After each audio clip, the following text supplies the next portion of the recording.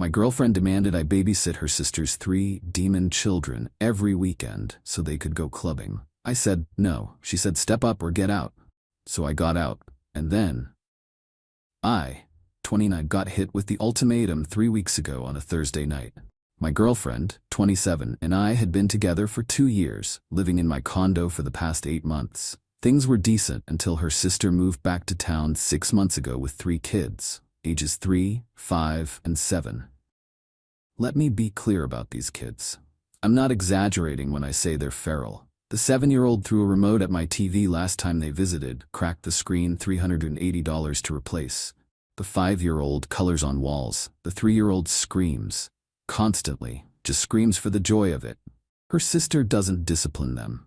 At all. Says she's gentle parenting, which apparently means letting them destroy everything while she scrolls TikTok. The demand came out of nowhere. We were watching TV when my girlfriend turned to me, dead serious. So my sister needs you to watch the kids every Saturday and Sunday. What? She and her boyfriend want to go clubbing on weekends, get their social life back. The kids cramp their style. I actually laughed, thought she was joking. I'm serious, you're off weekends, you're just sitting around anyway. I'm sitting around in my own place because I work 50 hours a week and need downtime. It's only 2 days. Step up, be a man, help family. They're not my family, we're not even engaged. Her face went cold. So that's how you see us? Not family? That's not what I said. I said I'm not babysitting 3 kids who destroy my stuff every weekend so your sister can go party. She needs this. She's a single mom who's been through hell. She has a boyfriend who apparently also wants to go clubbing instead of watching his girlfriend's kids. He's not their dad. He shouldn't have to. But I should. I'm not even their uncle. She stood up, hands on hips. Here came the ultimatum. You need to decide what kind of man you want to be. The kind who steps up and helps, or the kind who's selfish. If you can't do this one thing for me, for my family, then maybe you need to reevaluate if you're ready for a real relationship. I stared at her. This woman I'd been with for 2 years, who'd moved into my place rent-free because she was saving for a business, who drove my old car because hers died and she couldn't afford payments, who I'd just helped pay $1,200 in credit card debt for last month. Let me get this straight. If I don't babysit your sister's kids every single weekend, you're threatening to leave? I'm not threatening anything. I'm telling you to step up or get out. Then I'm out. Her jaw dropped. What? You heard me. I'm not doing it. And if that's your line in the sand, then we're done. You're seriously choosing to be alone over helping for a few hours? I'm choosing not to be voluntold to babysit every weekend for the foreseeable future. There's a difference. She grabbed her phone, started texting furiously. You're gonna regret this.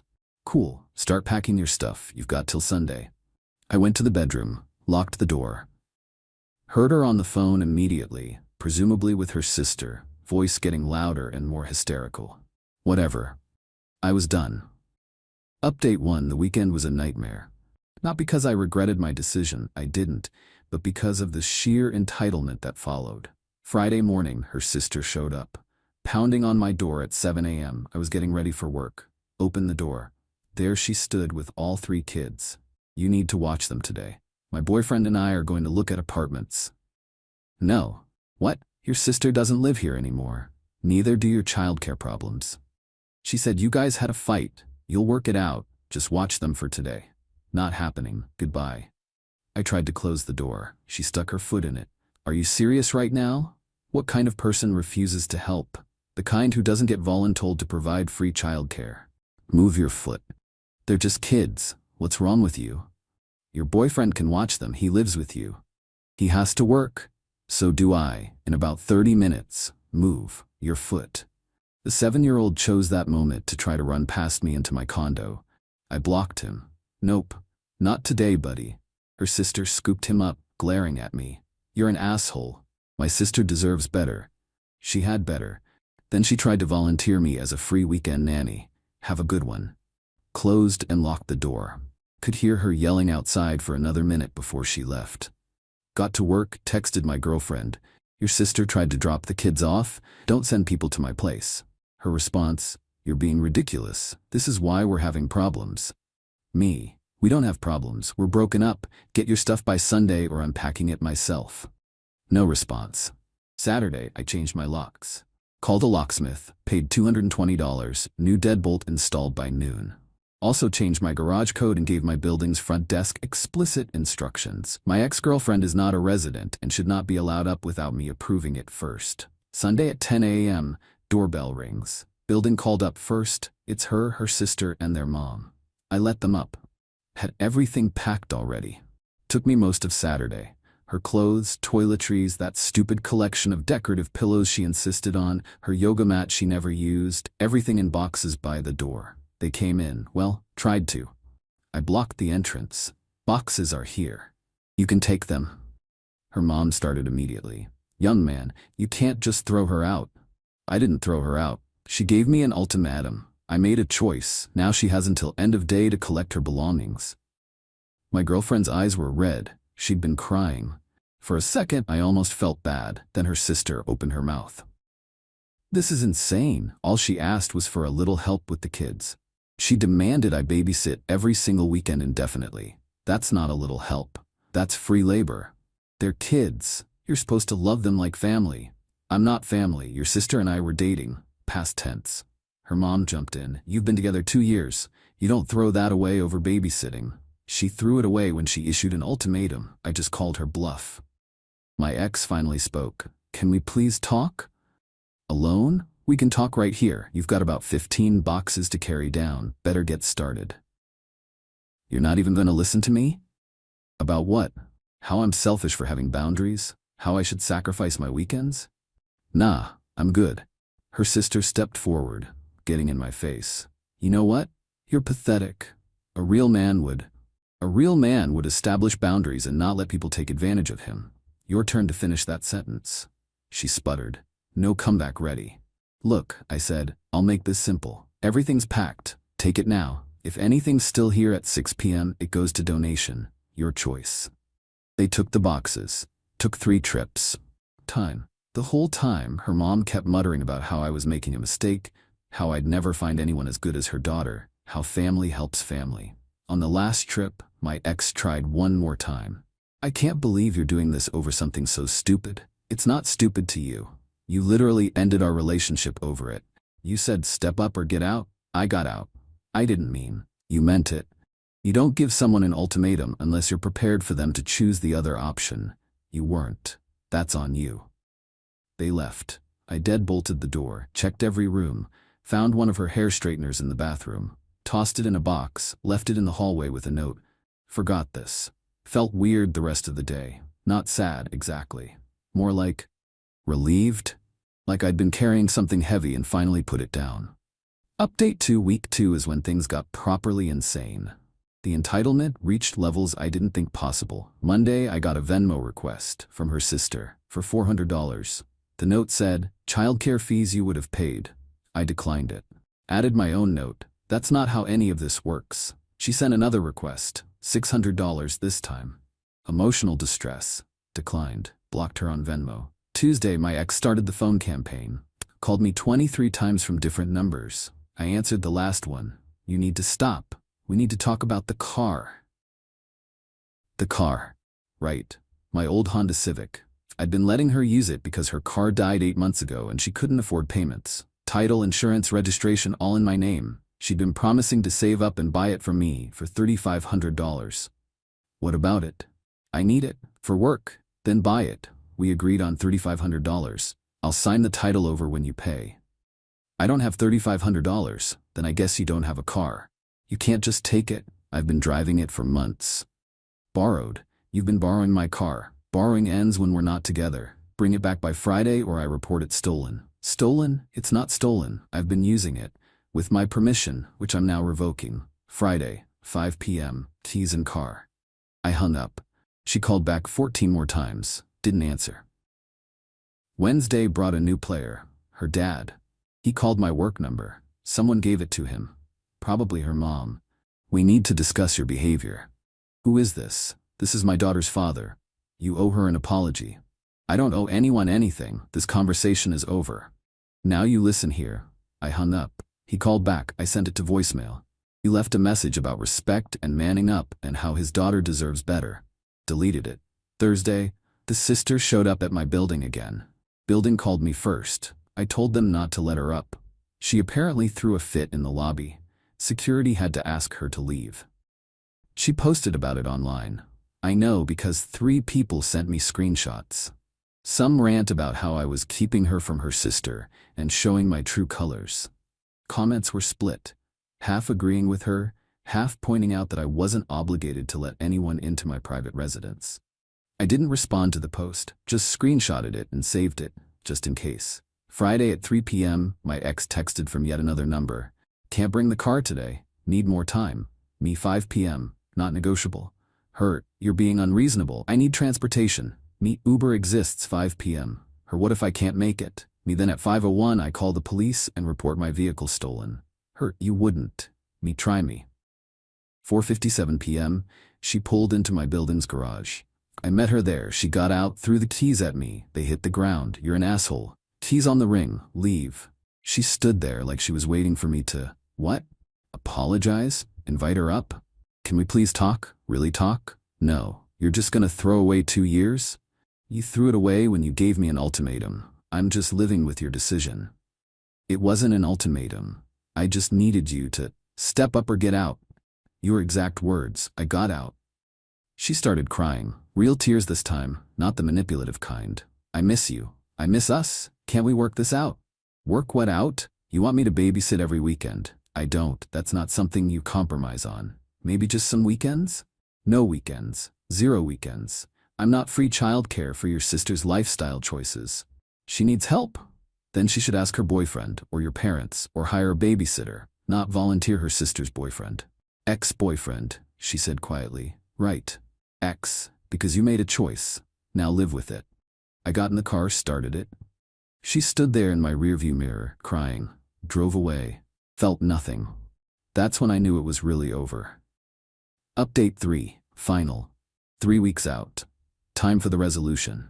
The harassment continued for a few more days. Her mom called twice more, getting increasingly hostile, threatened to talk to my boss about my character. I told her if she contacted my workplace, I'd file a harassment report. She hung up. Her sister tried a different approach, showed up at my regular coffee shop on Saturday morning. I don't know how she knew I'd be there. Probably my ex told her. She sat down across from me without asking. We need to talk. We don't. You ruined my sister's life. Your sister's life is her own responsibility. I'm not part of it anymore. She's depressed, barely eating. This is your fault. She gave me an ultimatum. I chose. Actions have consequences. You could fix this. Just apologize. For what? Having boundaries. For being selfish. I looked at her. Really looked. She looked exhausted, hair messy, dark circles under her eyes. Where are your kids right now? My boyfriend's watching them. Why? So he can watch them on Saturday mornings. Interesting. She blinked. What? You said he shouldn't have to watch them because he's not their dad. But here we are. Saturday morning. He's watching them. That's different. How? Because we live together. And I didn't live with them. See the difference? You volunteered someone else's time without asking. That's not how this works. You're twisting things. I'm pointing out the obvious. You wanted free childcare? I said no. The end. My sister loved you. Your sister loved the idea of a boyfriend who'd babysit every weekend. When I didn't perform that function, the ultimatum came out. That's not love. She left after that. Didn't say anything else. Just got up and walked out. The next major development came from an unexpected source. Her younger brother. He reached out via email. Hey man, just wanted to say sorry for how my family's been acting. My sister, your ex, told me the whole story, including the parts she left out when complaining to mom and dad. The ultimatum thing was messed up, and volunteering you for babysitting duty every weekend? Yeah, no. My other sister, the one with kids, pulls this stuff with everyone. She's entitled as hell. Anyway, you dodged a bullet. Good luck. I appreciated that. Responded with a simple, thanks for reaching out.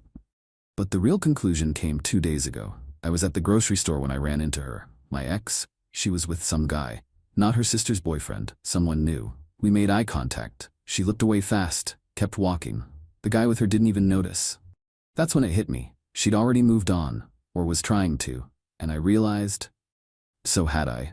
I'm not dating anyone, not rushing into anything, but I'm good. Better than good, actually. My place is quiet. I come home to peace. My weekends are mine again. I've been catching up on projects I'd put off, fixed the screen door that'd been broken for months, painted the spare room, little things. The financial aspect worked out better than expected, too. She'd been living rent-free for 8 months. I'd been covering her car insurance, $140 a month, her phone, $65 a month as part of my plan, groceries mostly, streaming services. Quick math? I was out about $800 a month supporting her lifestyle. That money's back in my account now. Feels good. The car situation resolved itself too. I sold the Honda a week ago for $4,200, more than I'd offered it to her for. Used the money to cover the TV she cracked and had a nice chunk left over. Her sister actually sent me one final text yesterday from a different number. "Hope you're happy. My sister's moving on. Found someone better." I replied, "Good for her. I'm happy too." And I meant it. Not in a bitter way. Genuinely meant it. Because here's the thing. The ultimatum was a gift. It showed me exactly who she was and what she valued. She valued her sister's convenience over our relationship. She valued being able to volunteer my time without asking. She valued the appearance of having a helpful boyfriend over actually having a partner. And when I didn't perform that role, when I had the audacity to say no to being free weekend childcare, the mask came off.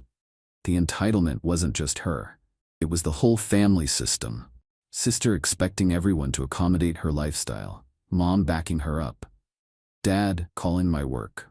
They all believed they were entitled to my time, my space, my resources. And when I said no, I became the villain. But I'm okay being the villain in their story. Because in my story, I'm the guy who knew his worth and didn't compromise it.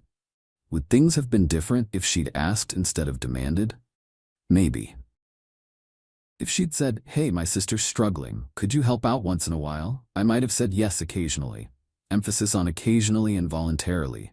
But she didn't ask. She demanded, then threatened. And that told me everything I needed to know. Life's too short to be someone's free labor. Too short to be with someone who sees you as a resource to exploit rather than a partner to respect. I'm 29. Got a decent job. Own my place. Got friends who actually respect my time. That's enough. The whole situation tells something important. When someone gives you an ultimatum, they're doing you a favor. They're showing you exactly how much they value you. And sometimes the answer is not enough. My ex wanted someone who'd step up and sacrifice his weekends indefinitely for her sister's convenience. I wanted a partner who respected my boundaries and didn't volunteer my time without asking. Those two things were incompatible. The ultimatum just made it clear. She got out. And honestly, so did I. Haven't heard from any of them in 4 days now. I think they finally got the message, or maybe they found their next target. Either way, not my problem. I'm sleeping better, eating better, actually enjoying my weekends again, caught up with some friends I'd been neglecting, started a new book, normal stuff.